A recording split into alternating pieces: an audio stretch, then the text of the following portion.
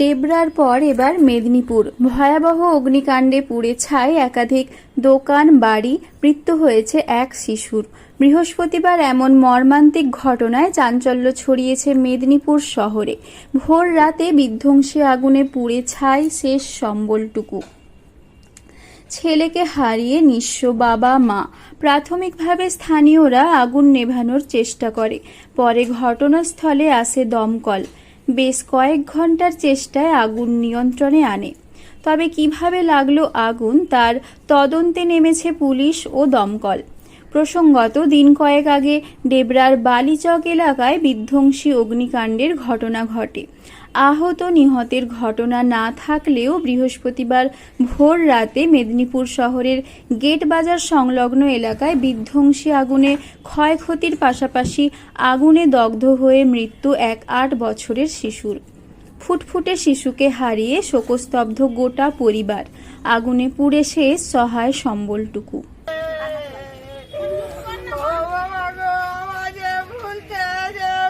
উঠে দেখছি বাতাস তো গরম কেন হঠাৎ দিয়ে কপাট তুলে বেরিয়েছি, দেখছি আগুন ধাঁধা ধাঁধা। কোথা থেকে আগুনটা লেগেছিল? মিষ্টি দোকান। আচ্ছা, একটা মিষ্টি দোকান ছিল, ওই কিনে আগুনটা লেগে। কটা দোকান পুড়েছে? সব ঘর ছিল দুটো, আর দোকান ছিল দোকান 5-6টা। এই জায়গাটার নাম কি? হ্যাঁ, এই জায়গাটার নাম? কেউ আহত বা আহত একজন মারা গেছে একটা বাচ্চা। আচ্ছা, বয়স কত? 8 বছর।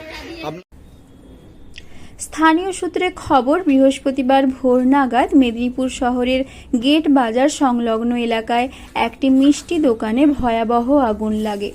প্রাথমিকভাবে মনে করা হচ্ছে শর্ট সার্কিট থেকে এই আগুন লেগেছে। তবে আগুন বিধ্বংসী রূপ নিলে গ্যাস সিলিন্ডার ফেটে আরও বেশ কয়েকটি দোকান এবং বাড়িতে আগুন লাগে। আগুনে পুড়ে ছাই হয়ে যায় দোকান এবং বাড়িগুলো। পাশাপাশি দোকান এবং ঘরগুলি থাকায় আগুন দ্রুত ছড়িয়ে পড়তে থাকে। স্থানীয়রা প্রাথমিকভাবে জল দিয়ে রাতেই আগুন নেভানোর চেষ্টা করে। তখনই আগুনে দগ্ধ হয়ে মৃত্যু হয় বছর 8-এর এক শিশুর।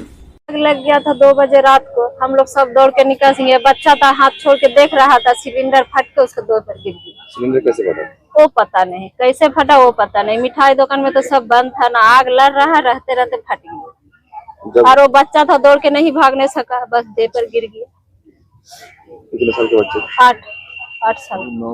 क्या नाम? खड़ा होके देख रहा था। सब आग लगा? हाँ, खड़ा सब लोग थे। हम लोग बड़ा थे, दौड़ के भाग गया। वो बच्चा तो नहीं दौड़ पाया, आके देकर गिरा।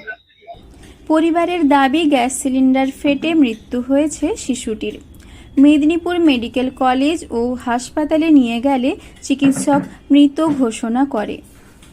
এদিন বেশ কয়েকটি বাড়ি এবং দোকান ঘরে বিধ্বংসী আগুন লাগায় বেশ লক্ষাধিক টাকার ক্ষয়ক্ষতি হয়েছে। আগুন লাগার খবর পেয়ে স্থানীয়রা প্রাথমিকভাবে আগুন নেভানোর চেষ্টা করলেও পরে দমকলের একাধিক ইঞ্জিন এসে কয়েক ঘন্টার চেষ্টায় আগুন নিয়ন্ত্রণে আনে। তবে সমগ্র ঘটনা তদন্ত করে দেখছে পুলিশ ও দমকল। কিভাবে লাগলো আগুন তা খতিয়ে দেখা হচ্ছে। পশ্চিম মেদিনীপুর থেকে রঞ্জন চন্দ্রের রিপোর্ট, লোকাল 18 বাংলা।